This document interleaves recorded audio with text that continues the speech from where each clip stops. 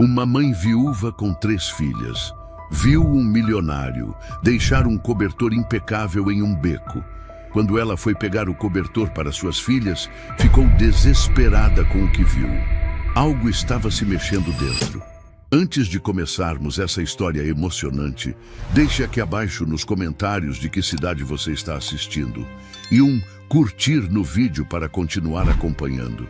O barulho do vento cortava as paredes de concreto nuas como uma navalha. Era 1 da manhã quando Isadora dobrou a esquina do beco mais escuro da Vila Nova Esperança, arrastando o carrinho de compras velho com uma das rodas travadas. As mãos já não sentiam o frio. Estavam endurecidas demais pelas noites anteriores. O que ainda sentia era o peso da fome, o peso do medo, o peso de voltar de mãos vazias para 3 filhas dormindo embaixo de cobertores furados. Ela parou. O cobertor ali, no chão, destoava do cenário. Era limpo, branco, sem poeira, sem sujeira, sem rasgos. Quase brilhava sob a luz amarela do poste queimado. Isadora franziu o senho. Isso não fazia sentido. Nenhum morador de rua deixaria um cobertor em tão bom estado largado assim. Ela deu 2 passos à frente, o carrinho chiou atrás dela. 1 passo mais perto. A ponta da manta se moveu levemente, como se alguém tivesse respirado ali dentro. Seu coração disparou. Agachou-se devagar. Não sabia se encontraria um animal ferido, um corpo ou algo ainda pior. Mas quando puxou a ponta do tecido, com dedos trêmulos e o estômago revirando, ela viu um bebê, encolhido, nu, envolto apenas na manta. Os olhos abertos, olhos grandes, pretos, profundos como um poço sem fundo. E o mais assustador, ele não chorava. Estava acordado, mas em completo silêncio. Isadora recuou instintivamente. Por um segundo achou que ele estivesse morto. Meu Deus! Ela estendeu a mão e tocou a bochecha da criança. Quente, viva. Mas por que não chorava? Ela olhou ao redor. O beco estava deserto. Nenhum som além do vento, nenhum passo, nenhuma sombra. A única alma ali era aquele bebê que parecia ter sido esquecido pelo mundo inteiro. Segurou-o no colo. Ele não resistiu. Também não se aninhou. Ficou apenas ali, mudo. Ela sabia o que aquilo significava. O bebê não havia sido apenas abandonado. Ele estava em choque. 10 minutos depois, Isadora empurrou a porta de casa com o ombro. O puxadinho onde vivia era úmido e apertado. Camila e Lívia dormiam agarradas uma à outra no colchão dobrado no chão. Renata, a mais velha, deitava na parte de cimento exposta, com o casaco de lã como travesseiro. Quando a filha ouviu o som da porta, ergueu-se de supetão. "Mãe!" sussurrou. "Tá tudo bem?" Isadora não respondeu de imediato. Tinha Lucas. Ela já havia lhe dado um nome no caminho. Envolto no cobertor contra o peito.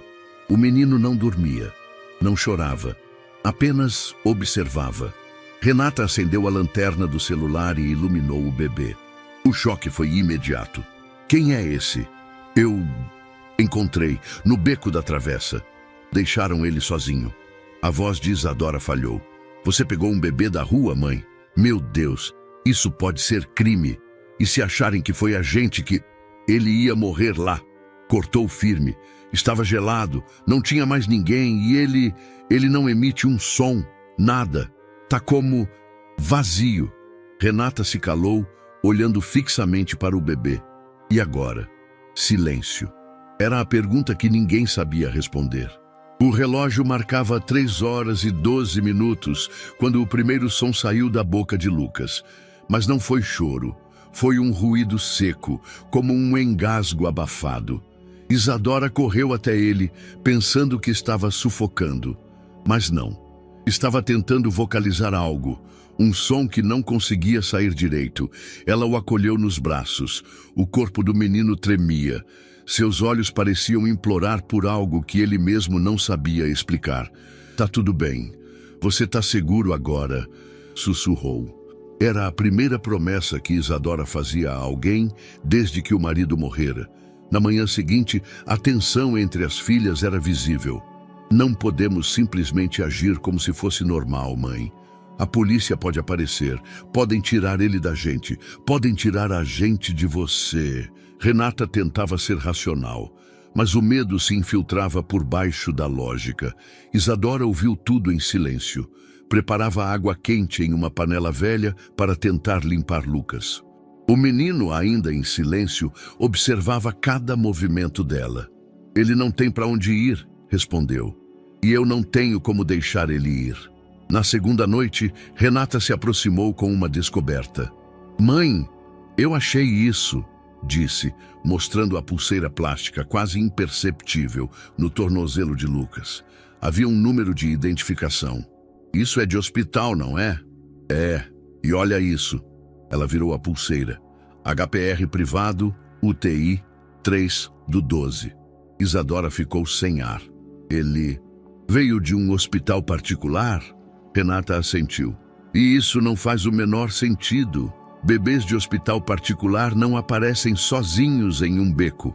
Alguém muito importante mandou isso acontecer, e eu vou descobrir quem foi. Às 11 horas daquela noite, no canto mais escuro da casa, Isadora olhou para Lucas, que dormia finalmente com um suspiro curto. Pela primeira vez, ele parecia descansar. Mas dentro dela, o barulho apenas crescia. Quem era o menino? E quem era o monstro que o colocou naquele beco? Ela não sabia, mas estava prestes a mexer com gente que faria de tudo para manter o silêncio. E Lucas era a chave de algo muito maior. Lucas acordou com os olhos abertos, mas sem emitir nenhum som. Era como se sua garganta tivesse sido lacrada por dentro. Nem um murmúrio, nem um choro, nem uma risada. Apenas aquele olhar profundo que parecia absorver tudo ao redor, como se o mundo fosse novo, mas ao mesmo tempo já conhecido e temido. Lívia, com seus 6 anos e sua ternura inquieta, foi a primeira a tentar atravessar o muro invisível que cercava o menino. Oi, eu sou a Lívia. Você é o Lucas? Disse com o rostinho colado ao do bebê enrolado na manta. Lucas não reagiu. Ela se aproximou mais. Tocou de leve o bracinho dele. Quer brincar comigo? Nada. Lívia murchou um pouco, mas não desistiu. Pegou um bichinho de pelúcia velho, com um olho costurado e a orelha torta, e o estendeu para Lucas. Ele não pegou. Mas pela primeira vez, seus olhos se moveram. Ele olhou para o brinquedo. Isadora, de longe, observava. Seu coração apertava com cada tentativa frustrada de conexão. Lucas parecia trancado dentro do próprio corpo. Na manhã seguinte, ela tomou uma decisão. Eu vou levá-lo a um posto de saúde, disse enquanto Renata passava uma blusa puída pela cabeça. Mãe, se você fizer isso, vai chamar atenção. E se perguntarem de onde ele veio? Eu não posso fingir que ele é só mais uma criança. Tem algo errado com ele. Ele não fala, não emite som. Ele precisa de ajuda, Renata. Renata olhou para o bebê. Estava deitado no chão sobre um pedaço de colchonete, olhando fixamente para o teto. E se a ajuda que ele precisa for justamente o que querem evitar que ele tenha? Isadora hesitou. Mas o instinto materno falou mais alto. A gente vai ser discreto. O posto de saúde da comunidade ficava a 20 minutos de caminhada. Era pequeno, abafado, com paredes mofadas e cheiro constante de álcool vencido. Isadora entrou com Lucas nos braços e foi direto ao balcão de triagem. A atendente, uma mulher de expressão cansada, ergueu os olhos da ficha. Nome da criança? Lucas. Mas a data de nascimento? Eu não sei. Ele foi encontrado há 2 dias. A mulher arqueou a sobrancelha. Encontrado? Sim. Ele estava abandonado num beco. A atendente suspirou, claramente entrando em modo automático. Documentos? Não tenho. Nem dele, nem meus. Sou Isadora, mãe de 3 filhas, cuidando dele desde que achei. Ele não emite sons, não chora, não ri, não vocaliza nada. E eu tô preocupada. A mulher se levantou. Espera um minuto. Ela saiu por uma porta lateral. Minutos depois, retornou com uma médica jovem de jaleco limpo demais para aquele ambiente. Pode me acompanhar, senhora Isadora? A sala de consulta era pequena. A médica se apresentava como doutora Carla. Então você encontrou o bebê há 2 dias?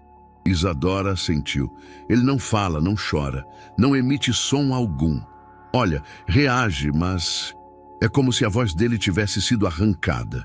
Doutora Carla examinou Lucas com cuidado. Ouviu o coração, olhou seus olhos. Tentou provocar algum choro com toques mais firmes. Nada. O que você está me descrevendo é um caso de mutismo reativo, disse enquanto anotava. Trauma extremo. Situações de abandono podem causar isso em bebês. Ele está em silêncio como uma forma de sobrevivência. Ele vai voltar a falar. Talvez, talvez não. Depende de como ele vai reagir ao ambiente. Estímulo emocional seguro, acolhimento, isso pode levar semanas, meses, anos. Mas ele precisa ser visto por um neurologista, por um fonoaudiólogo, por um psicólogo.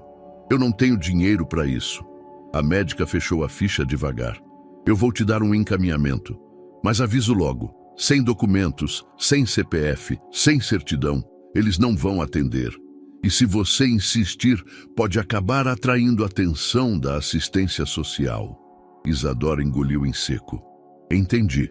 Ao voltar para casa, ela encontrou Renata sentada no chão com um caderno velho no colo. Estava desenhando uma espécie de linha do tempo. Tô tentando entender quem era a mãe do Lucas, ou quem poderia ser, disse a filha antes que Isadora perguntasse.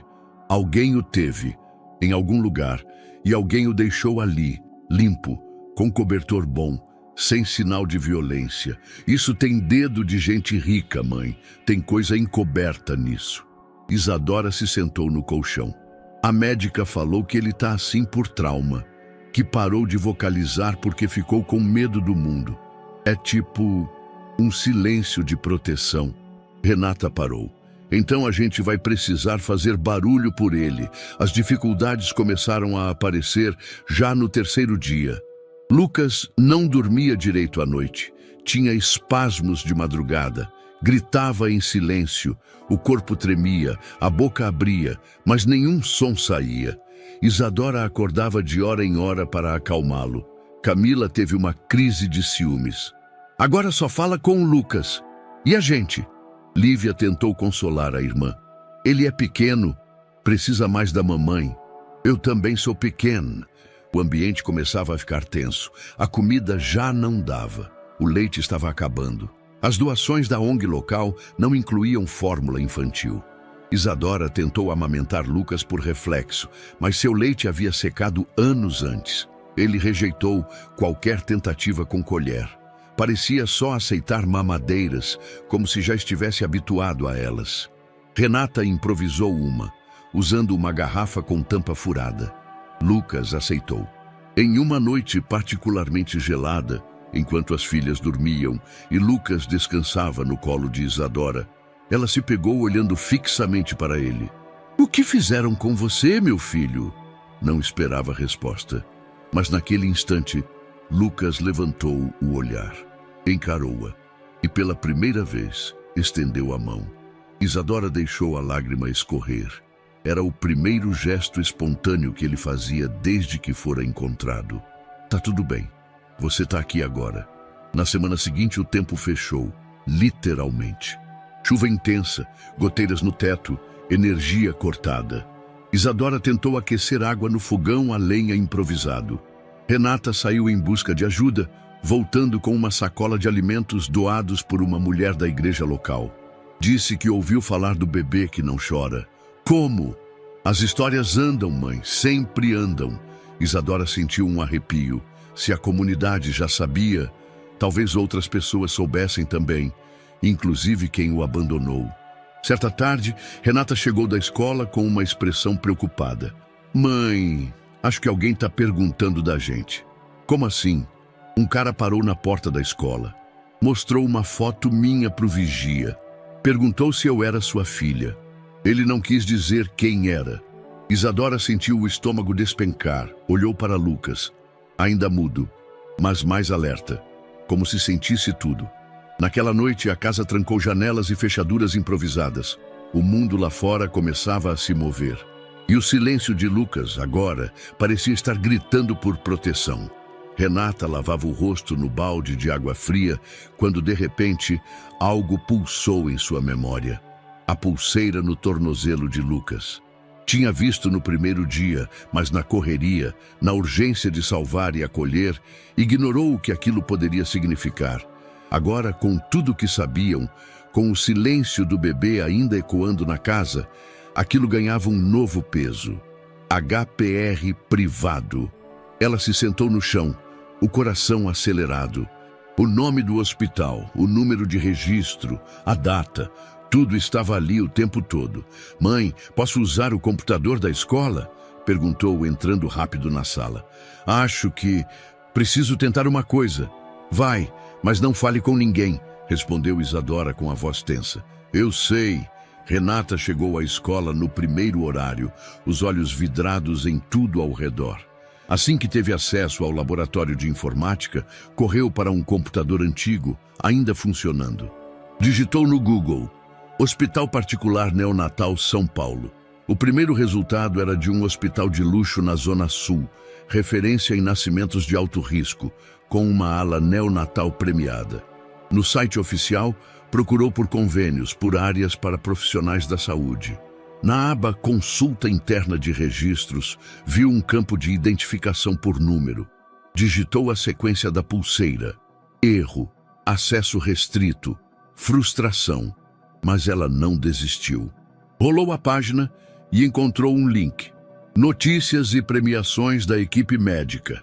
Entre os destaques, uma matéria sobre uma médica premiada por atendimento a um caso emocionalmente complexo, de um parto em dezembro, com falecimento da mãe.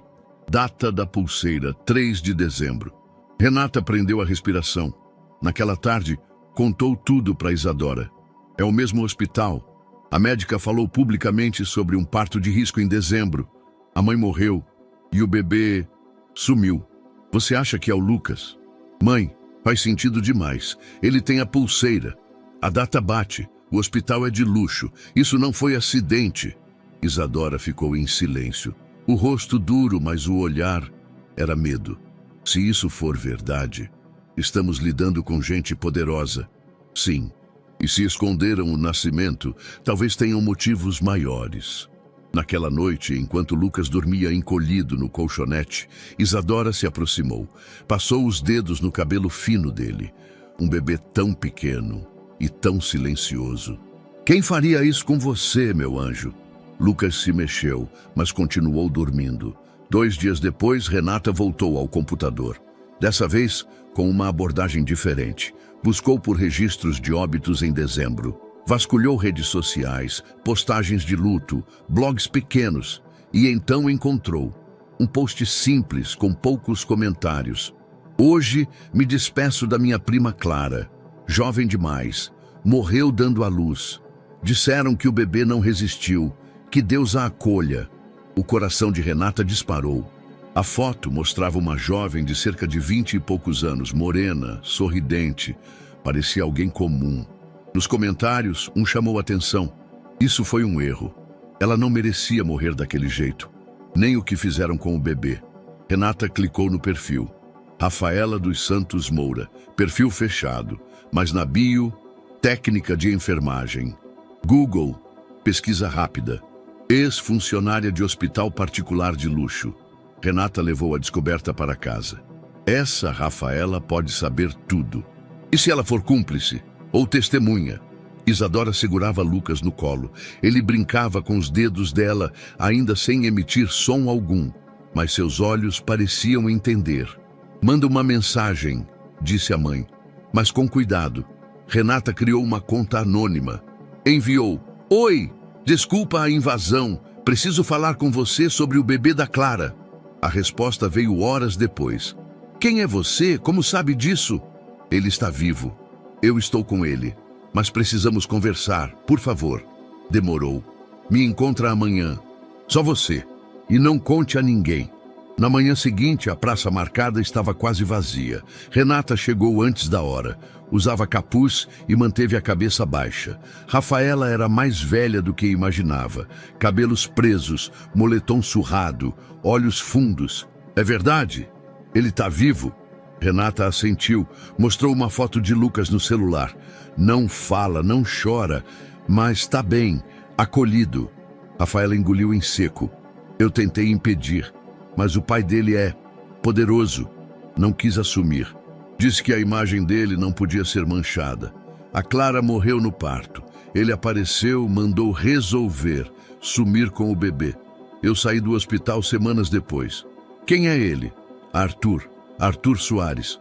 O mesmo que aparece em todas as capas de revista de negócios. Dono de tudo. Renata sentiu um frio na espinha. Ele mandou abandonar o próprio filho?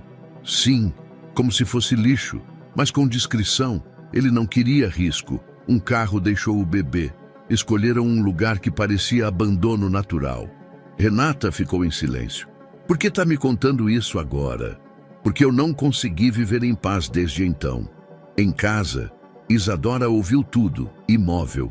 Um homem rico mandou sumir com o próprio filho? Renata confirmou. E agora, ele pode descobrir que o Lucas está vivo.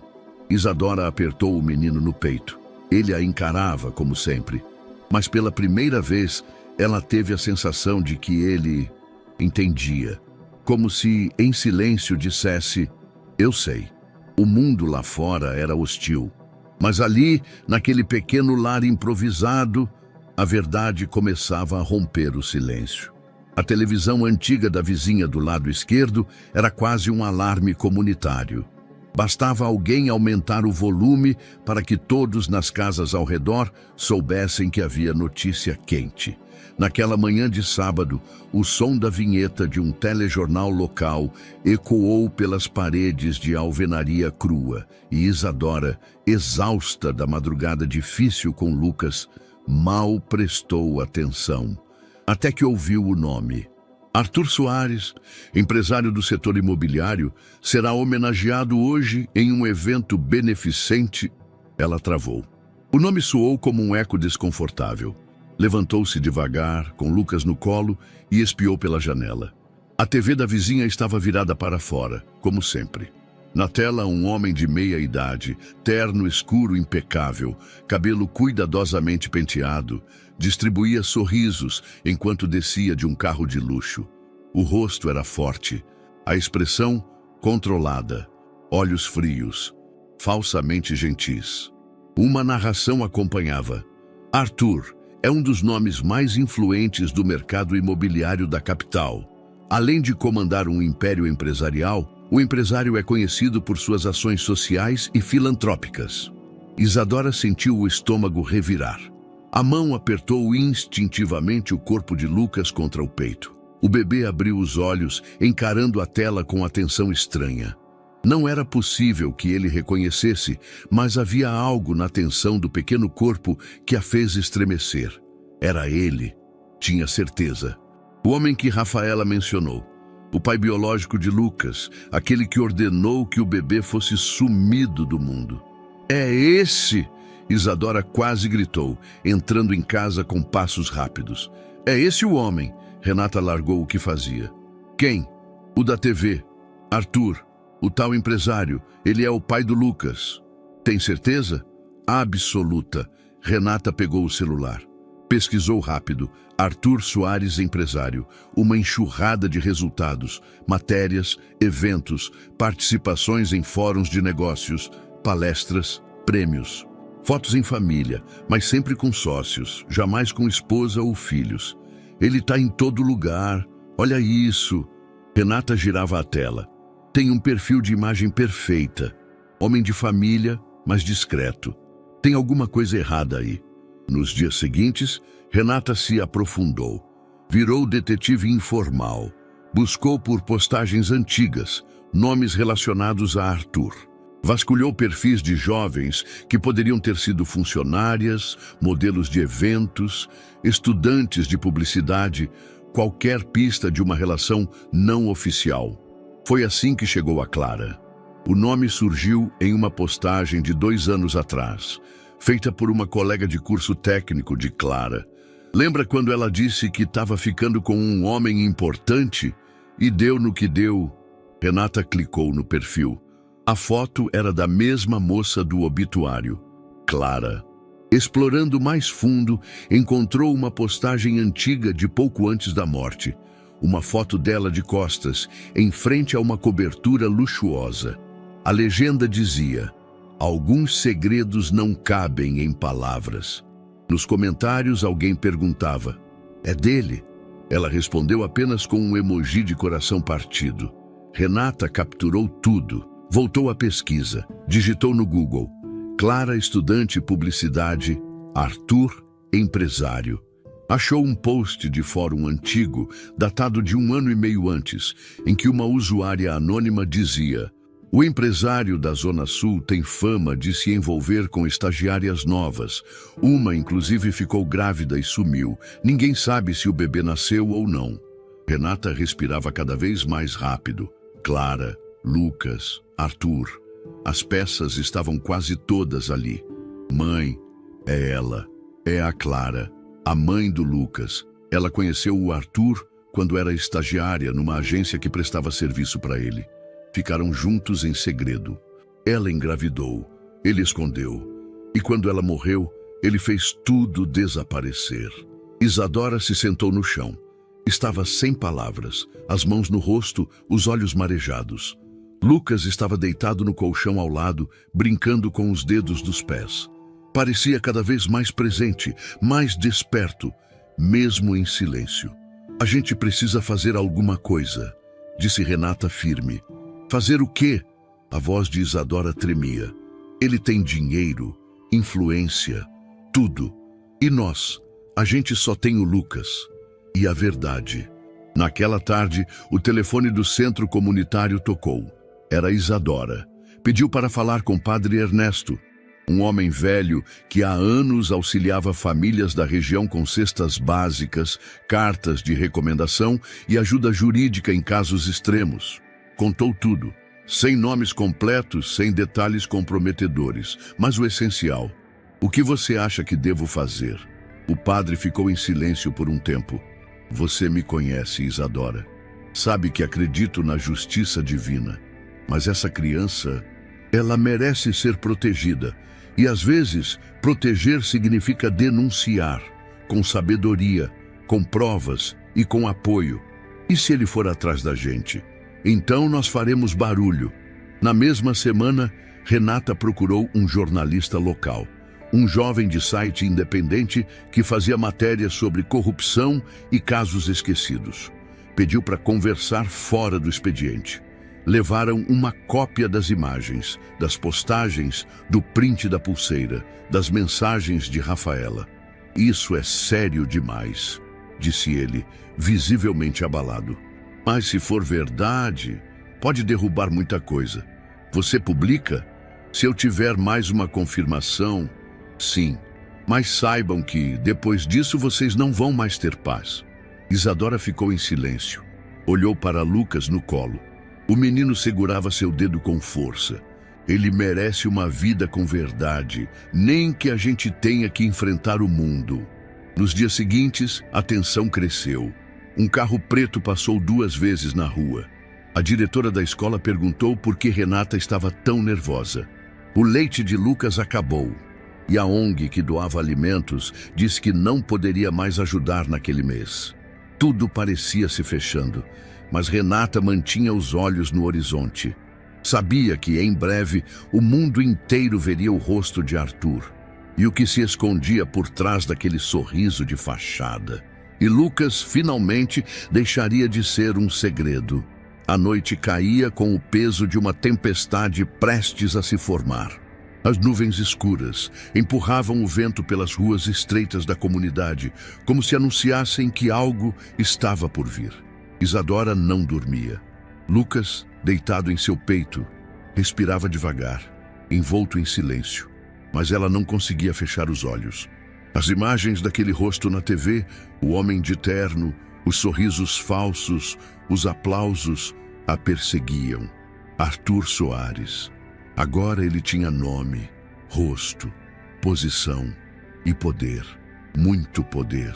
Na manhã seguinte, enquanto arrumava o arroz escasso na panela, Renata observava a mãe com cautela. Você está pensando em ir na polícia? Isadora hesitou. Era uma pergunta simples, mas com peso de decisão de vida ou morte. Já pensei nisso, no início. Mas não. Por quê? Ela suspirou. Você lembra da dona Wanda? Renata assentiu. Uma senhora da comunidade que havia denunciado um caso de negligência hospitalar do filho meses atrás. Tentou fazer o certo, continuou Isadora.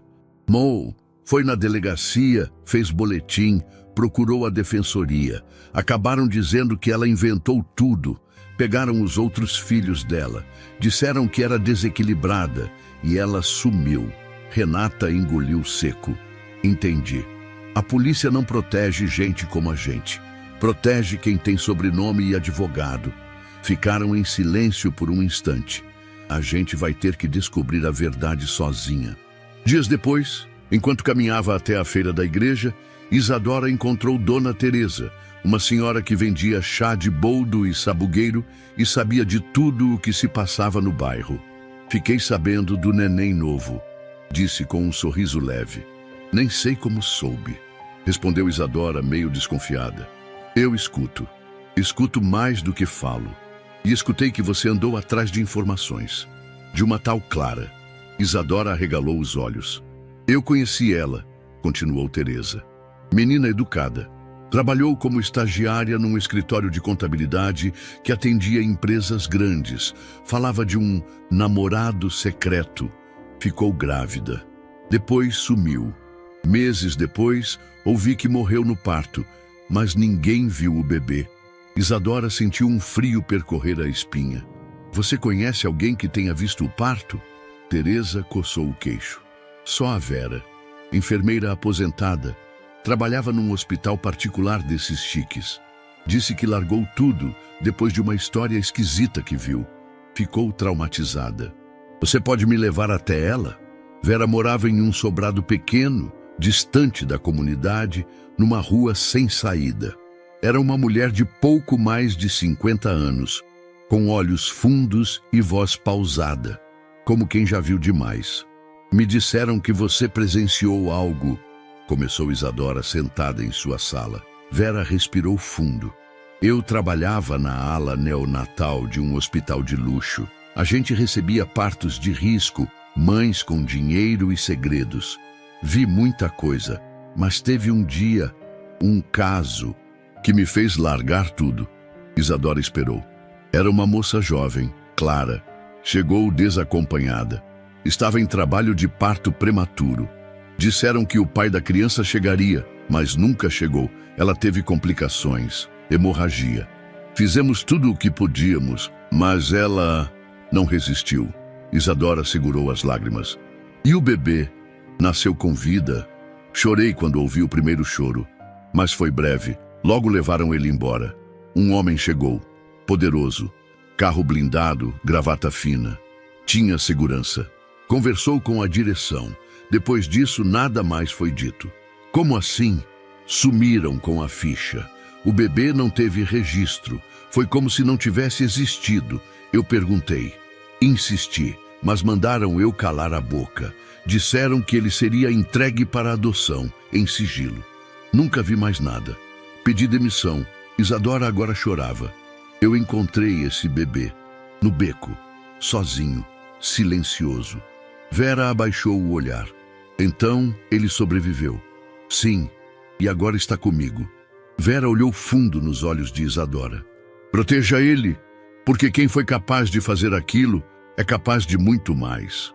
No caminho de volta, Isadora caminhava com passos lentos, o coração apertado. Era tudo verdade, Clara. A gravidez, a morte, o sumiço do bebê. E agora ele estava em seus braços. Lucas. Enquanto isso, Renata continuava a investigação. Conectava perfis antigos de redes sociais, encontrava comentários apagados, prints escondidos. Descobriu que Clara chegou a postar mensagens cifradas em fóruns anônimos, falando de medo, de pressão para abortar, de promessas não cumpridas. Ele disse que cuidaria de nós. Agora nem atende. Se algo acontecer comigo, saibam que foi ele. Ninguém ligou os pontos na época, mas agora tudo fazia sentido. Naquela noite, Isadora segurava Lucas enquanto ele dormia em seu colo. O pequeno braço envolvia o pescoço dela com suavidade, como se ele finalmente confiasse. Ela sentia o peso do mundo nas costas, mas o calor de um amor que se formava com mais força a cada dia. Eu não sei por que Deus te colocou no meu caminho, sussurrou, mas prometo que ninguém mais vai te deixar para trás. Lá fora, os trovões começavam a anunciar a chegada da tempestade, mas ali dentro, uma promessa havia sido selada. Isadora acordou antes do sol naquela segunda-feira. O céu ainda estava cinza e a casa mergulhada em silêncio, exceto pelo leve som da respiração de Lucas, encolhido ao seu lado. Ele agora dormia mais tranquilo, mas ainda sem emitir palavras, sons ou choros. Só seus olhos falavam, e o que diziam era sempre pesado demais para uma criança tão pequena.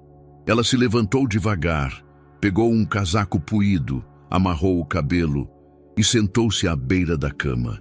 Pensava em Vera, nas palavras da ex-enfermeira. Proteja ele. Quem fez aquilo é capaz de muito mais. Havia passado os últimos dias fugindo, se escondendo, investigando por conta própria, mas naquele momento sentia um aperto diferente no peito. Um medo de que, em algum momento, alguém simplesmente aparecesse e tomasse Lucas dos seus braços. E ela não teria nada, nenhum documento, nenhum direito legal, nada que provasse que ele era parte da vida dela agora. Isadora sabia que poderia ser ignorada, humilhada, até ameaçada. Mas não podia mais fingir que a polícia não existia. Mesmo que fosse apenas para registrar que aquele bebê existia, que tinha sido abandonado, que ela tentou protegê-lo, que fez a sua parte. Naquela manhã, decidiu ir à delegacia. Mãe, tem certeza? Perguntou Renata, ao ver a bolsa pronta na porta. Eu não tô indo por justiça, filha. Eu tô indo para deixar um rastro. Se um dia alguém vier tirar ele de mim, eu quero que fique registrado que ele existiu. Que alguém o encontrou, que alguém o amou. Renata não gostava da ideia, mas entendeu. A delegacia da Zona Sul era um prédio de cimento com cheiro de mofo e fichas envelhecidas. Isadora chegou com Lucas enrolado no cobertor azul, o mesmo que o envolvia na noite em que o encontrou. Na fila, olhares desconfiados. Uma mulher negra, sozinha, com um bebê nos braços. Quando foi chamada ao balcão, um atendente com ar entediado a encarou por cima dos óculos. Nome? Isadora Mendes da Silva. Documento? Ela mostrou a identidade. O homem digitou devagar. Motivo da ocorrência? Eu encontrei um bebê há 2 semanas, abandonado em um beco. Ele não chora, não fala. E... encontrou? Quando? No dia 28. Tem algum registro? Foto? Testemunha? Eu só tenho ele e essa pulseira. Isadora tirou a pulseira do bolso enrolada em papel. O atendente pegou, olhou por alguns segundos. Isso é hospital particular. A senhora já levou ele para lá? Não me atenderam. Disseram que ele não tem registro nem documentos. E eu também não tenho. Só estou cuidando dele. Então, a senhora não tem parentesco com a criança? Não, mas ele estava abandonado.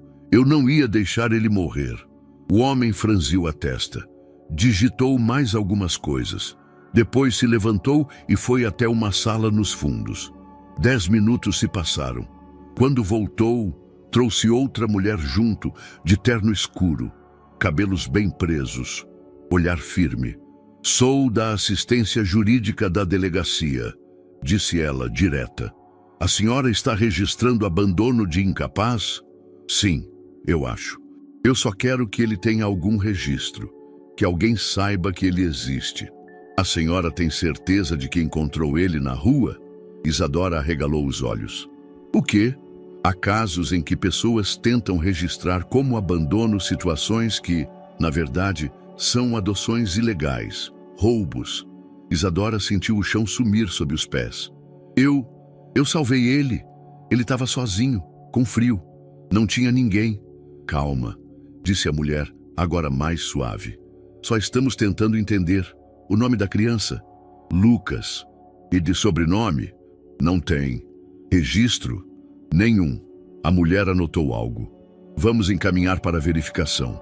Mas se a senhora continuar com ele sem autorização, pode ser considerada guardiã ilegal. Entende isso? Isadora apenas assentiu, trêmula. Eu quero fazer o certo. Eu entendo. Mas fazer o certo, às vezes, exige documentos. E o que temos aqui é uma criança sem identidade. Ele não existe no sistema. Na saída, Isadora tremia. As pernas mal sustentavam o corpo. Renata a esperava no portão. E aí? Eles disseram que se eu continuar com ele, posso ser acusada de manter um menor ilegalmente. Como assim? Você salvou ele? Eles não se importam com isso. Querem papéis, certidões, e se alguém aparecer com um documento dizendo que é pai, eles podem entregar. Mesmo se for o homem que mandou abandonar ele? Sim. Naquela noite a tensão era sufocante. Lucas dormia, mas Isadora e Renata não conseguiam descansar. Então a gente não pode mais se esconder, disse Renata, firme. A gente tem que expor ele, o Arthur. E como? Renata olhou o celular. A imprensa, um jornalista, uma história real com fotos, documentos, provas. Se o mundo souber quem ele é, ele não vai conseguir esconder mais. Isadora hesitou. Você confia? Mais do que na polícia. Renata pegou tudo.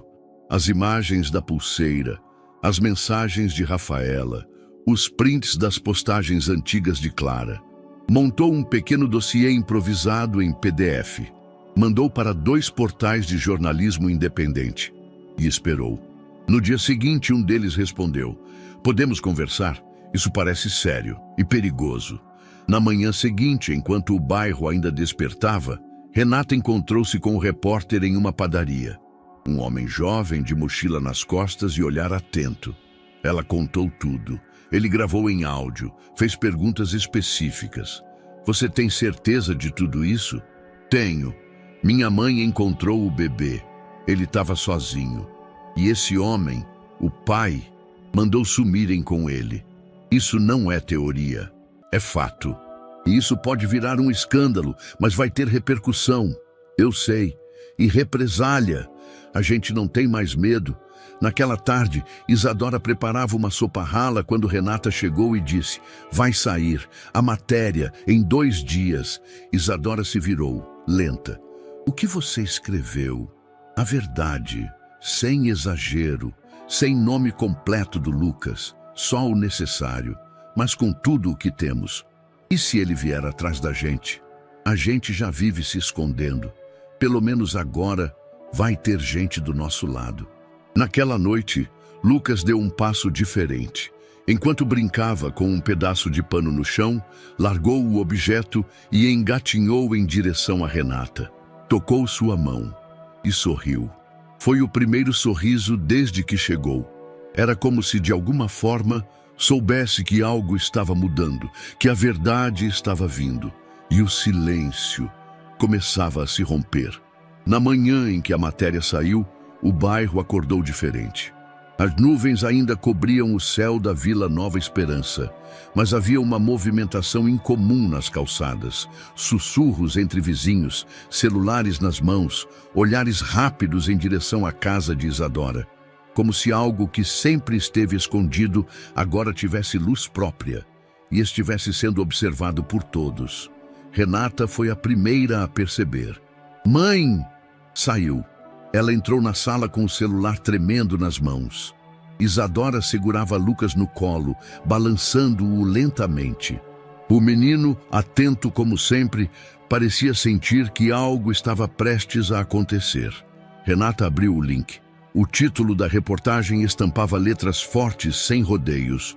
O bebê do beco, como o filho de um empresário milionário, foi abandonado em silêncio. A matéria era extensa. Contava desde a noite em que Isadora encontrou Lucas até os indícios do envolvimento de Arthur Soares, um dos homens mais influentes do setor imobiliário. Não havia nomes completos do bebê. Não havia fotos do rosto de Lucas. Mas havia a pulseira, a descrição do hospital, as mensagens da ex-enfermeira, os prints das postagens de Clara.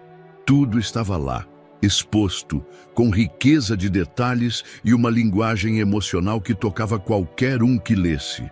O impacto foi imediato. Em menos de 3 horas, a matéria já somava quase 10.000 compartilhamentos. Em 5 horas, passou de 20.000 comentários. Perfis com milhões de seguidores replicaram a história, chamando atenção para o absurdo da situação. Mães comentavam com lágrimas nos olhos. Organizações humanitárias marcavam perfis de autoridades. A hashtag Justiça por Lucas subiu para os tópicos mais comentados da internet em menos de um dia. Renata atualizava a página sem parar. Tá viralizando, mãe?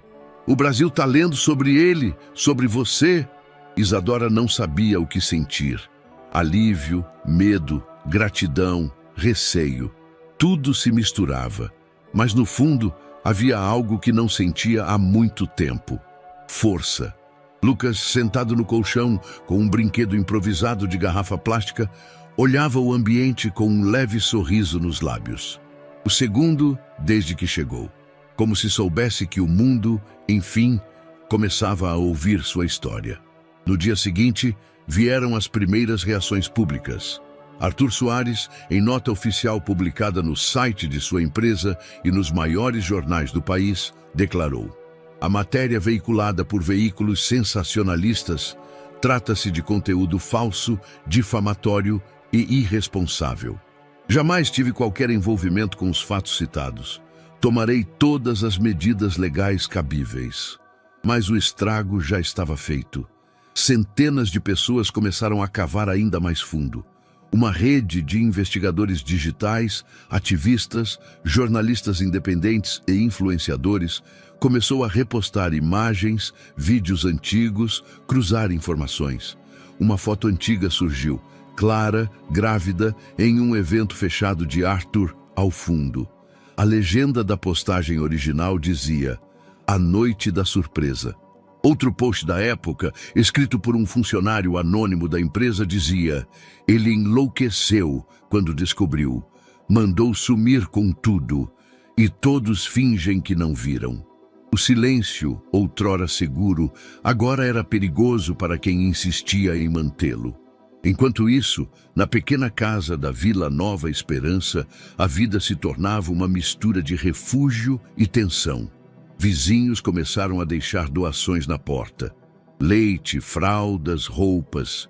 Pessoas que nunca haviam trocado uma palavra com Isadora agora deixavam bilhetes anônimos. Você é forte, estamos com você. Mas também vieram os olhares de desconfiança.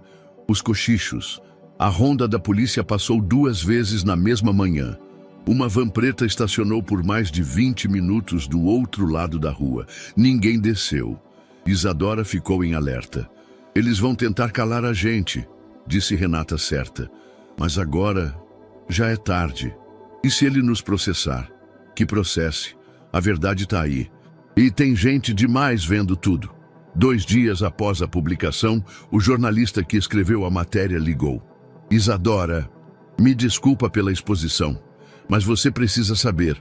A matéria chegou a deputados. Tem gente querendo abrir uma investigação. Isso pode virar uma CPI. Isso é bom, é perigoso, mas é um passo. E o Lucas, agora ele não é mais invisível, e isso muda tudo. Naquela noite, enquanto o barulho da chuva caía suave sobre o telhado, Isadora sentou-se ao lado de Renata, que organizava em pastas todos os documentos e provas que haviam juntado. Lucas dormia tranquilo, com os braços abertos, como quem finalmente se sentia em casa. Você sabia que ia chegar nisso tudo? Perguntou a mãe. Não, mas eu sabia que a gente não podia mais se calar. Isadora assentiu. A verdade é uma luz, né? Renata sorriu. E agora ela tá no beco certo. O sol ainda nem havia rompido o horizonte quando bateram na porta. Não era uma batida comum. Era firme, precisa, fria. Isadora sentiu o corpo gelar. Não precisava ver quem era. Sentia nos ossos que o momento havia chegado. Renata, de camisola, se levantou num salto. Mãe, fica com o Lucas. Não abre a boca. Isadora caminhou até a porta, respiração presa, mãos suando. Espiou pela fresta da janela. Um carro de luxo, preto, com vidros escurecidos. 2 homens de terno. E entre eles, ele, Arthur Soares, ali, em carne, osso e arrogância. Ela abriu a porta devagar, o coração batendo no peito como se fosse explodir. Dona Isadora, bom dia, disse um dos homens de terno, abrindo um sorriso plastificado. Somos representantes legais do senhor Arthur Soares. Viemos resolver uma pendência. Arthur deu um passo à frente. Vim buscar meu filho. A frase caiu como um trovão. Isadora segurou a maçaneta com força. Seu filho? Agora? Ele é meu. Biologicamente, legalmente. Está sob custódia irregular, disse ele como se recitasse uma cláusula de contrato. Você não tem direitos sobre ele. Ele foi abandonado, retrucou ela firme. Eu salvei a vida dele. Você sequestrou um bebê, rebateu o advogado. E está promovendo difamação pública contra um cidadão respeitado. A internet não é tribunal, senhora.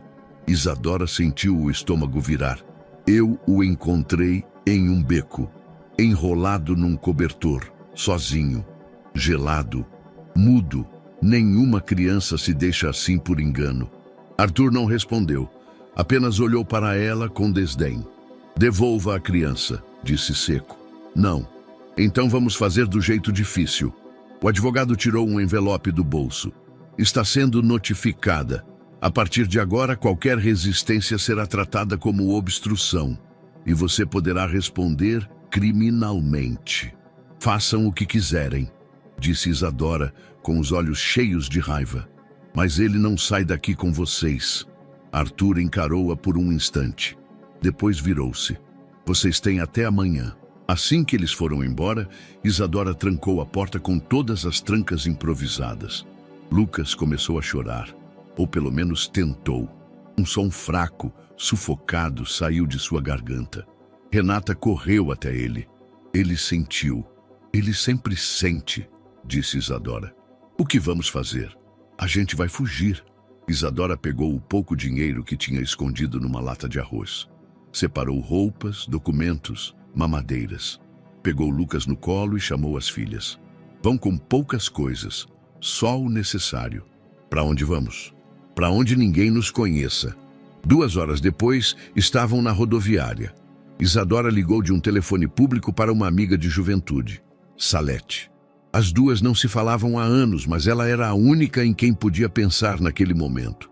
Salete, é a Isa, me ajuda, por favor. Eu tô com minhas filhas e um bebê e tô sendo ameaçada. Do outro lado da linha, um suspiro. Vem, tô em Itapevi. Casa pequena, mas tem lugar para vocês. Isadora quase chorou de alívio. Tô indo agora. A viagem foi silenciosa. As meninas dormiram com a cabeça nos ombros da mãe. Lucas permanecia quieto, atento a tudo. Em sua expressão não havia medo, mas algo ainda mais profundo. Vigilância. Eles chegaram à casa de Salete no fim da noite. Era um sobrado simples, com jardim pequeno e cheiro de café. Salete os recebeu com olhos marejados. Meu Deus, Isa, olha você. E esse bebê, longa história. Tem cama, tem comida, tem teto. O resto a gente dá um jeito. Nos dias seguintes, Isadora permaneceu escondida. Não saía nem para comprar pão. Salete trazia tudo o que podiam precisar. O celular de Renata ficou desligado. Mas o país inteiro continuava falando sobre Lucas e sobre Arthur. Reportagens, vídeos, denúncias. Surgiam cada vez mais pessoas que trabalhavam com ele, dizendo ter presenciado episódios estranhos, jovens que desapareciam, contratos abafados. A imagem perfeita começava a ruir. Uma tarde, enquanto passavam roupas, Salete perguntou: "Você vai entregar ele?" Isadora parou. "Entregar? Se for para proteger vocês. Entregar é o que fizeram com ele. Eu não sou igual a eles." Salete assentiu. "Eu só queria te ouvir dizer isso." Enquanto isso, Lucas dava sinais de algo novo. Estava mais expressivo. Começou a sorrir com mais frequência, a se movimentar mais. Tentava emitir sons, ainda tímidos, mas diferentes. Tentava tocar no rosto de Isadora, como se dissesse: "Tô aqui." Naquela noite, ele se deitou no colo dela. Fez força na garganta e pela primeira vez balbuciou algo que soou como "má." Renata ouviu. "Mãe, ele falou." Isadora segurou o choro. "Ele está se libertando." Mas o mundo lá fora continuava perigoso. E Arthur não estava acostumado a perder. A caçada havia começado. Era manhã quando Camila, sentada no chão da sala com uma boneca de pano improvisada, percebeu que Lucas a observava com atenção incomum. Ela moveu a boneca de um lado para o outro, sussurrando diálogos de faz de conta, até que sentiu algo inédito, um som, um risinho fraco, mas real. Camila parou. Olhou diretamente para Lucas. Ele sorriu, pequeno, torto, tímido, mas genuíno. E logo depois soltou outro som, um balbucio leve, como se estivesse tentando imitar a fala dela. "Mãe!" gritou Camila, assustada e eufórica. "Ele riu! O Lucas riu pra mim!" Isadora correu até a sala, Lívia atrás. Lucas, agora animado, batia com as mãos no chão, os olhos fixos na irmã. Emitia sons curtos, vibrantes, ainda confusos, mas era a primeira vez que expressava algo além do silêncio. Isadora se ajoelhou, pegou o bebê no colo e o abraçou com força. Ele retribuiu, encostando a cabeça em seu ombro. "Meu Deus!" sussurrou ela. "Ele tá voltando." Renata assistia tudo da porta, os olhos marejados. Aquela pequena explosão de alegria, em meio a tanta tensão, foi como uma fagulha de luz no breu. Lucas estava finalmente respondendo ao afeto. Estava dizendo, com o corpo e com os sons, que se sentia seguro, que estava, enfim, em casa. Nos dias seguintes, a casa de Salete tornou-se um casulo. Isadora limpava cada canto como se quisesse tirar o peso da fuga das paredes. Cozinhava, contava histórias para as meninas, dormia pouco, mas com menos medo. Os olhos carregavam cansaço, sim, mas também decisão. Ela já não era a mesma mulher do beco. Era mãe de novo, por escolha, por coragem, por luta, e estava pronta para não correr mais. Certa tarde, Isadora chamou Renata para conversar no quintal. "Eu vou voltar." "O quê?" "A gente vai voltar para casa. Eu não vou mais viver escondida como se tivesse feito algo errado." Renata ficou em silêncio. "E se ele vier de novo?" "Então que venha. Mas agora ele vai me encontrar de pé." "Mãe, isso é perigoso. O mundo já viu quem ele é. Agora é ele quem está sendo observado. Não somos nós que temos que nos envergonhar." Renata respirou fundo e assentiu. "Tá bom. Mas se vamos voltar, vamos fazer isso do nosso jeito. Vamos nos preparar." Na semana seguinte, enquanto Salete cuidava das meninas, Isadora e Renata foram até uma associação de apoio jurídico para mulheres e famílias em situação de risco. Haviam recebido uma indicação do próprio jornalista que publicou a reportagem. Foram atendidas por uma advogada jovem, de fala firme e sorriso compassivo.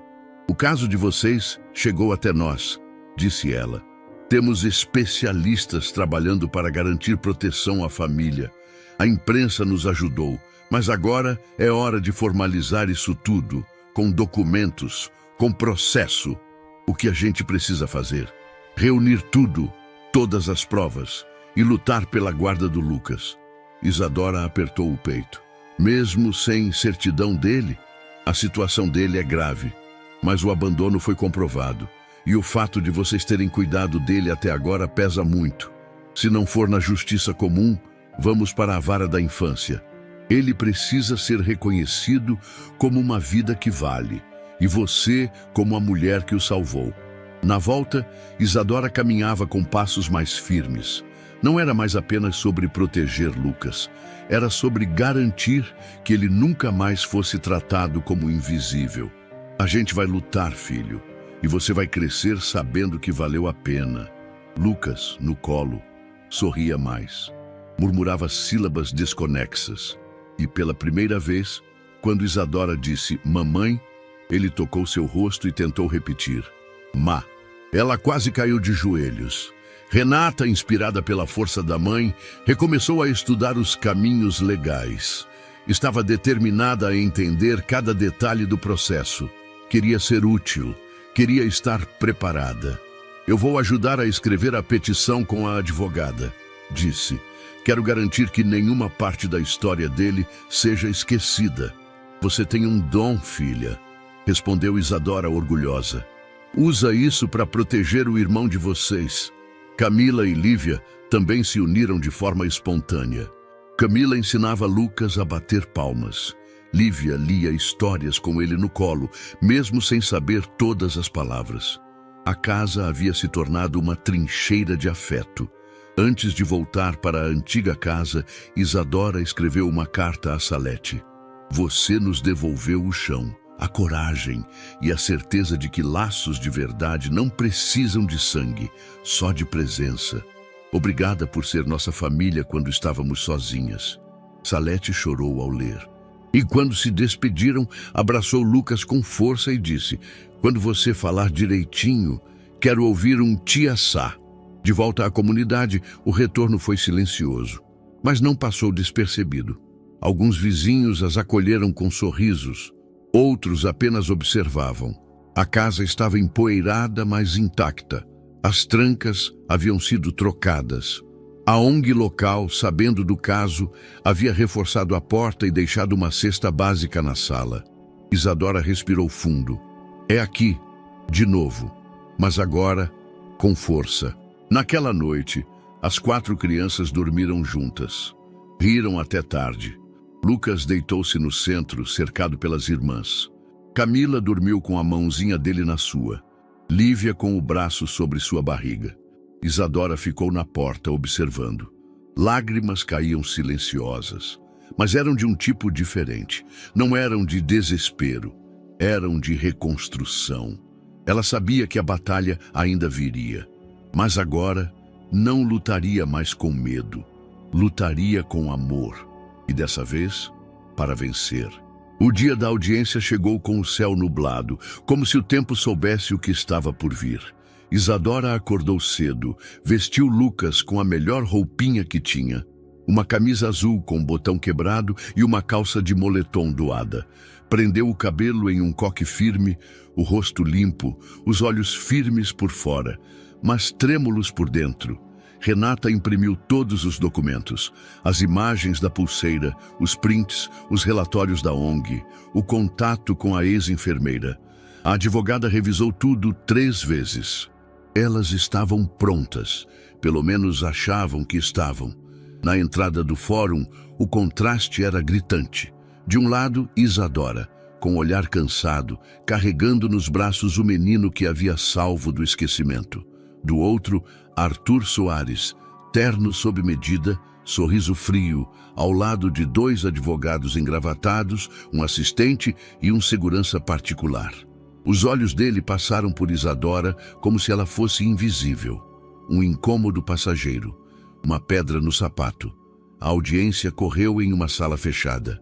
Sem jornalistas, sem público. Estamos aqui para avaliar o pedido de guarda provisória apresentado por Isadora Mendes da Silva, relativo à criança registrada como Lucas, sem sobrenome definido. Iniciou a juíza com voz neutra, sem levantar os olhos dos papéis. A advogada de Isadora falou primeiro, explicou tudo. O abandono, o resgate, o cuidado, o trauma psicológico da criança, a ligação afetiva, a recuperação lenta, mas real. Mostrou a pequena gravação de Lucas tentando dizer má. Do outro lado, o advogado de Arthur levantou-se como se já soubesse o resultado. Senhoras e senhores, temos aqui uma situação sensível, sim, mas devemos separar afeto de legalidade. O senhor Arthur Soares reconhece ser o pai biológico da criança. Reconhece que houve falhas na condução do nascimento, mas jamais deu ordem direta para qualquer abandono. Isadora quase gritou, mas se conteve. O senhor Arthur está disposto a assumir suas responsabilidades legais. E entende que, apesar das boas intenções da senhora Isadora, manter a criança sob seus cuidados é juridicamente irregular. Além disso, não há qualquer registro oficial da criança com ela. Ela não possui vínculo de sangue, não houve tutela, não houve adoção legal. Eu só queria salvá-lo, interrompeu Isadora. Ele ia morrer. A juíza ergueu a mão, pedindo silêncio. Sabemos que a senhora agiu com o coração, mas a lei exige mais do que isso. Horas depois, a decisão veio. Pedido de guarda, indeferido. Motivo, ausência de laço legal, ausência de autorização judicial prévia, reconhecimento de paternidade biológica por parte do requerente Arthur Soares. Isadora saiu da sala como se tivesse levado um soco no peito. Na rua, o céu desabou em chuva. Ela segurava Lucas nos braços, molhando-se inteira sem se importar. O menino encostou a cabeça em seu ombro. Estava calado. Ela também. Renata e a advogada vinham atrás. A gente vai recorrer, disse a advogada. Tem recurso, tem formas, mas ele vai levar, murmurou Isadora. Só se você deixar, disse Renata com os olhos ardendo. Só se a gente parar agora. Naquela noite, em casa, Isadora não conseguia comer. Ficou sentada por horas com Lucas no colo, embalada pelo som da televisão baixa, que noticiava os desdobramentos do caso como se fosse um entretenimento qualquer. Renata ficou de pé na cozinha, observando a mãe. Você vai desistir? Eu não tenho forças. Então me empresta as suas. Isadora a olhou confusa. O quê?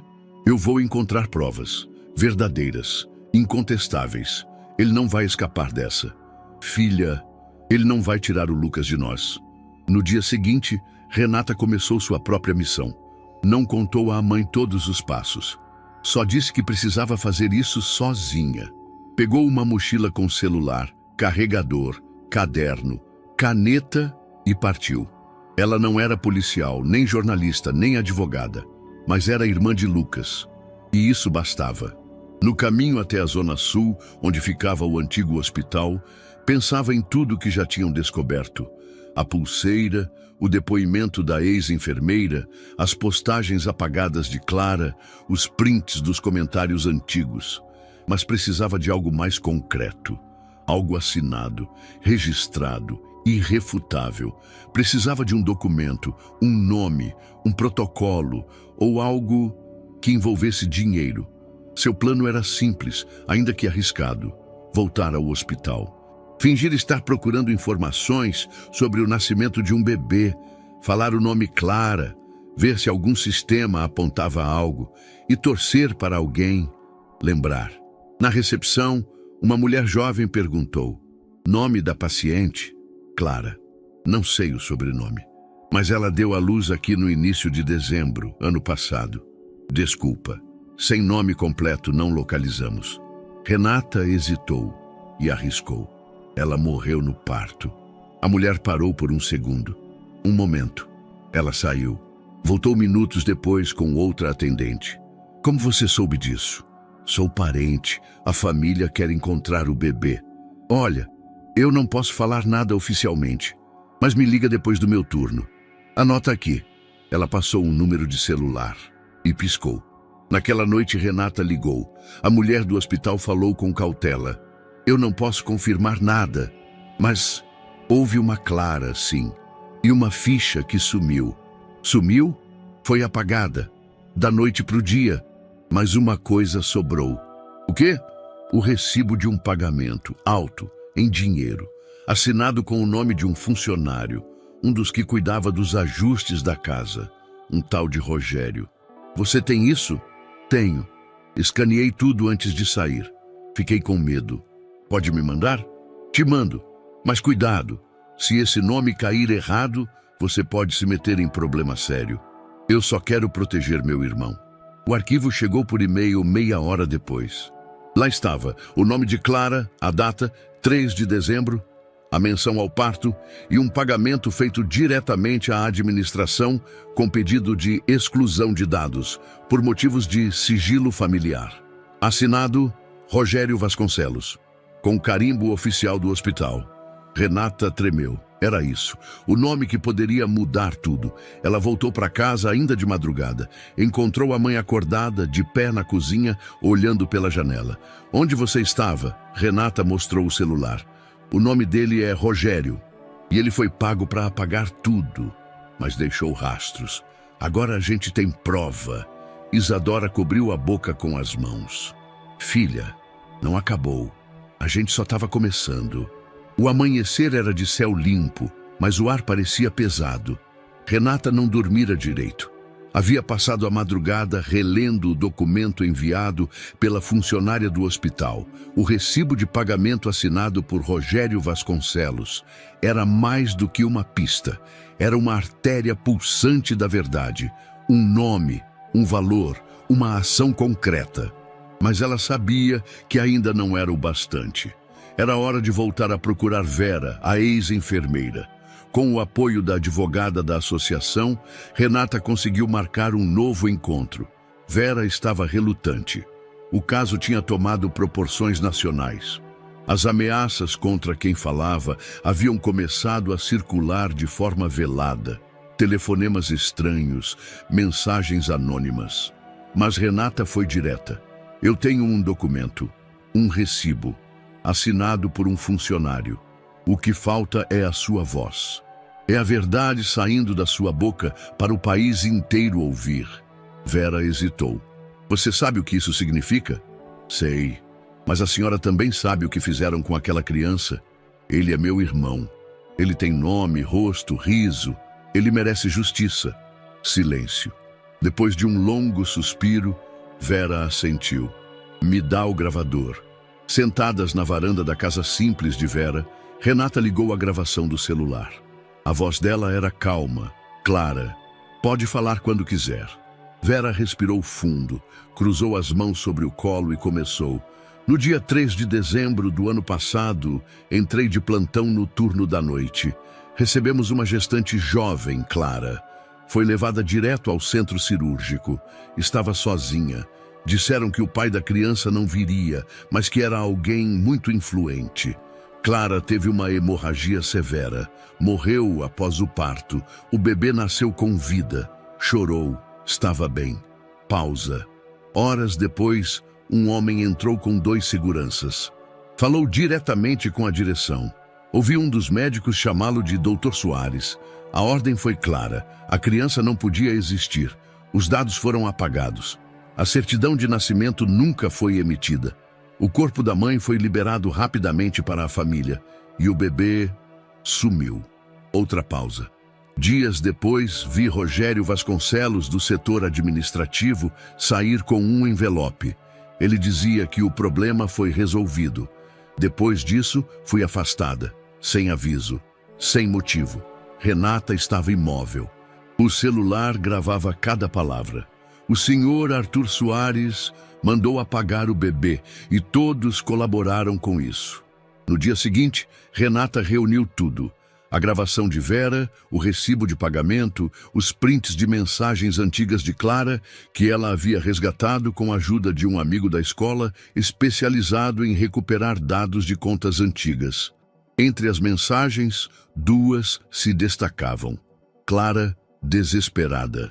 Ele me prometeu que ia assumir. Agora diz que vai acabar com minha vida se eu abrir a boca. Tenho medo, mas não vou tirar meu filho. E outra mais fria, vinda do contato salvo como AS. Você não vai estragar tudo que construí. Se insistir com essa gravidez, vai ficar sozinha. Já está decidido. Renata organizou tudo em um pendrive, junto com uma carta escrita à mão. Se não fizerem algo agora, esse país vai continuar sendo um lugar onde os poderosos apagam vidas. Mas se fizerem, vão mostrar que ainda há esperança. Ela foi até a promotoria, acompanhada da advogada. O promotor leu o material em silêncio, de olhos apertados. Quando terminou, tirou os óculos e encarou Renata. Você tem ideia do que isso significa? Tenho, por isso trouxe. Há provas aqui de obstrução judicial, ocultação de nascimento, suborno, falsidade ideológica e talvez homicídio culposo. Então, o que estão esperando? A advogada também entregou uma cópia ao jornalista que publicara a primeira reportagem. Ele olhou cada arquivo como se estivesse diante de uma peça rara. Isso vai explodir, mas precisam se preparar. Ele vai contra-atacar e vai com força. Que venha, disse Renata. A gente não foge mais. No mesmo dia, o jornalista publicou uma nova matéria. O título foi direto. A prova que faltava. Enfermeira revela esquema de ocultação de recém-nascido comandado por Arthur Soares. A gravação de Vera foi publicada com autorização. O recibo, as mensagens, a cronologia dos fatos, tudo costurado em um texto emocional, técnico e indignado. Dessa vez, não havia como negar. O país parou. Telejornais dedicaram horas à cobertura. Senadores exigiram investigação. Movimentos sociais convocaram protestos. Arthur Soares tentou responder por meio de uma nota. Jamais tive envolvimento com qualquer ato ilegal. As acusações são infundadas e fruto de perseguição ideológica. Mas o público não acreditava mais. Em casa, Isadora segurava Lucas nos braços enquanto assistia à reportagem. Lágrimas escorriam. Foi você quem trouxe ele de volta, Renata. A filha apenas segurou sua mão. Horas depois, a polícia bateu na porta. Mas dessa vez não era para ameaçar. Era para notificar oficialmente que o caso havia sido aberto formalmente pelo Ministério Público e que Isadora, agora, seria tratada como parte essencial da acusação. A senhora é testemunha e possível guardiã definitiva da criança. Isadora não entendeu de imediato. Isso significa que o jogo virou. Lucas, em seu colo, pronunciou um som diferente. E sorriu. Em menos de 48 horas após a divulgação da gravação de Vera e das provas entregues por Renata à promotoria, o país mergulhou em um frenesi midiático sem precedentes. Todos os principais telejornais abriram os noticiários com a mesma imagem. A voz da ex-enfermeira descrevendo como um bebê foi apagado dos registros oficiais por ordem de alguém influente. E agora, esse alguém tinha nome e rosto. Arthur Soares. Empresário, nome conhecido no setor imobiliário, até então visto como um modelo de sucesso e filantropia. Agora, questionado por todo o país. A expressão "justiça por Lucas" espalhou-se como pólvora pelas redes sociais. Logo vieram outras variações escritas em letras maiúsculas. Lucas não é descartável. Chega de silêncio. A verdade precisa vencer. Centenas de perfis começaram a relatar histórias parecidas.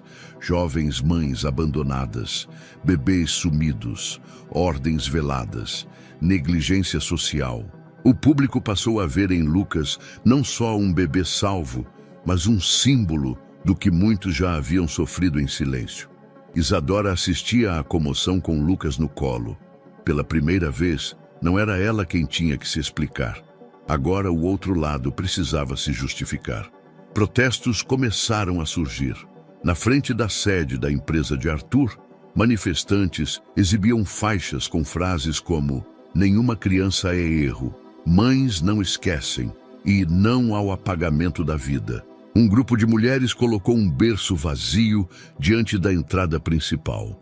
Este berço é pelo Lucas, mas também pelas crianças invisíveis deste país, disse uma senhora emocionada à reportagem ao vivo. A movimentação nas redes alcançou autoridades públicas e representantes sociais. Juristas, comentaristas e figuras públicas passaram a pedir publicamente que as denúncias fossem apuradas com seriedade. O caso, que havia sido tratado inicialmente como um embate familiar, agora ganhava contornos sociais mais profundos: abandono, desigualdade e o uso do poder para apagar existências. Fontes próximas a órgãos responsáveis confirmaram que uma nova investigação estava em andamento e que haveria uma reavaliação da conduta processual nas primeiras etapas do caso. Arthur, acuado pela repercussão, desapareceu dos holofotes por dias. Mas a pressão era insustentável e então reapareceu. A coletiva foi organizada às pressas, num hotel de luxo, com controle rigoroso de entrada. Diante de um púlpito cercado de microfones, ele apareceu com os ombros caídos, mas com a voz ainda firme. Jamais tive intenção de prejudicar uma criança. As informações divulgadas carecem de verdade. Trata-se de uma campanha difamatória, com motivações que serão apuradas. As perguntas vieram como uma tempestade. E os áudios da ex-enfermeira? E o recibo do pagamento? Por que o bebê não foi registrado? Por que nunca assumiu o filho? Arthur não respondeu a nenhuma diretamente. Estou tomando todas as providências legais. As devidas ações jurídicas já estão sendo encaminhadas contra os responsáveis pelas acusações. E saiu do salão sem olhar para trás. A reação nas redes foi imediata. Mentiroso até o fim. Covardia não se apaga com terno. Ele ainda acha que manda em tudo. Essa mãe mudou o jogo. A mobilização crescia. Entidades civis e grupos de proteção à infância se pronunciaram em apoio à família de Isadora. Um grupo de advogados se ofereceu publicamente para auxiliar o processo de guarda e garantir proteção à mãe e às filhas. Na sala da pequena casa, Isadora assistia à entrevista com o controle remoto apertado na mão. Lucas brincava ao lado, falando suas primeiras sílabas sem parar. Lívia e Camila estavam sentadas no chão, fazendo desenhos com lápis de cera. Renata entrou apressada, celular em mãos. Mãe, você não vai acreditar. O quê? A decisão da guarda vai ser reavaliada. Aquele pedido anterior foi anulado. Alegaram que houve conflito de interesses de quem decidiu. Agora vai ter nova audiência, nova juíza e vão ouvir a gente de verdade. Isadora levou a mão à boca. Os olhos encheram-se de lágrimas. Então ainda há chance? Mais do que isso. Agora tem gente olhando, gente importante, e ninguém mais pode fingir que ele não existe. No mesmo dia, uma repórter de TV ligou pedindo para entrevistar Isadora. Queria ouvir dela como foi tudo, desde a noite do beco até os primeiros sorrisos de Lucas. Isadora hesitou, mas aceitou. Já me viram como suspeita, já me chamaram de louca. Agora vão me ver como eu sou, uma mãe. A matéria foi exibida no telejornal da noite. Isadora, sentada no sofá com Lucas no colo, contou como o encontrou, como o salvou, como o amou. Eu não achei um bebê, achei uma vida escondida, um silêncio que ninguém queria ouvir. E ele falou comigo mesmo sem dizer nada. A frase viralizou. Uma jornalista a repetiu em rede nacional. Silêncio que ninguém quis ouvir. Essa é a história do Brasil muitas vezes. Mas essa mãe ouviu. Do lado de fora, a vida parecia continuar. Mas por dentro, dentro da casa, dentro do país, algo tinha mudado. Arthur já não era visto como intocável. E Lucas já não era um segredo. Era uma história viva. Uma história que ninguém mais conseguiria apagar. A tarde estava silenciosa quando o telefone da advogada tocou. Isadora estava varrendo a sala. Lucas brincava com um carrinho de madeira doado por uma vizinha. O aparelho tocou 1, 2 vezes até que Renata atendeu. Quando ouviu o nome do interlocutor, seu corpo congelou. É ele! Isadora parou. Ele quem? Arthur. Quer falar com você. Mas através do advogado dele. O encontro foi marcado para o dia seguinte, em um local neutro, o escritório da defensora pública que acompanhava o caso. Isadora vestiu a mesma blusa que usara na primeira audiência, Estava limpa, remendada, mas firme. Levou Lucas no colo. Ele já não era o mesmo bebê mudo do beco. Agora emitia sons, apontava, chamava pelas irmãs. No escritório, Arthur já os esperava. Sozinho desta vez.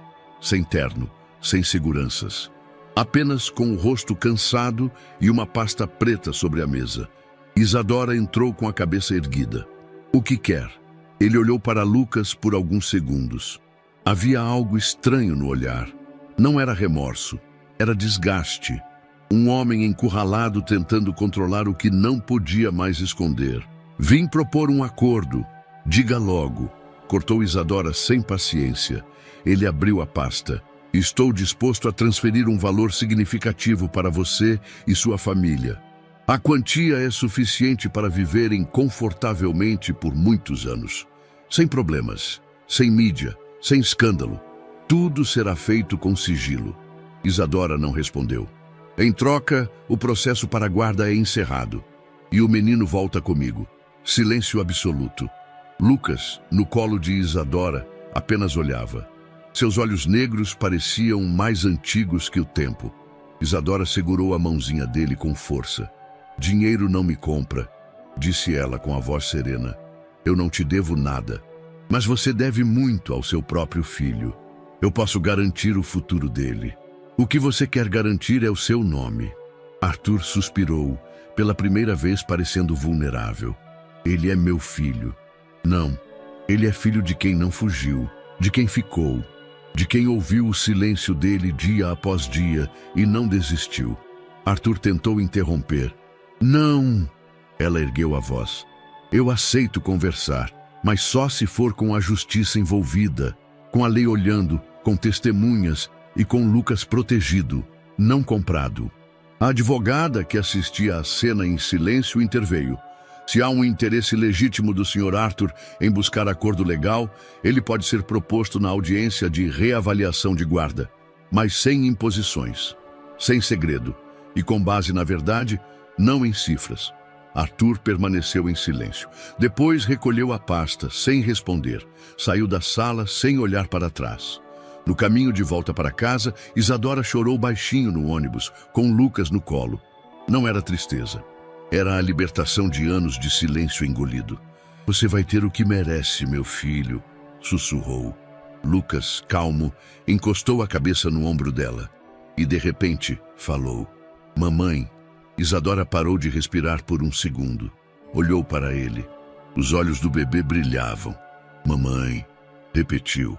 As lágrimas vieram sem controle. Renata, que estava ao lado, sorriu com força. Ele disse, mãe, ele te chamou. Isadora apenas o abraçou, forte, apertado, como se pudesse protegê-lo do mundo inteiro, para sempre. Em casa, Lívia e Camila foram correndo contar à vizinhança. Era como se Lucas tivesse gritado para o mundo, eu tenho mãe. O que antes era luta, agora era certeza.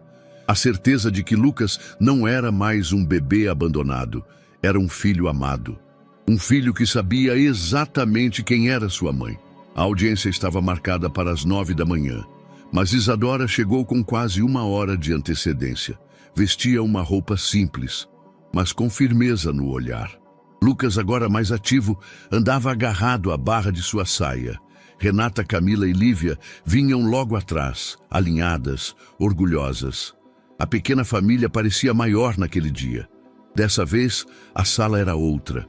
Outro fórum, outra juíza, outra postura.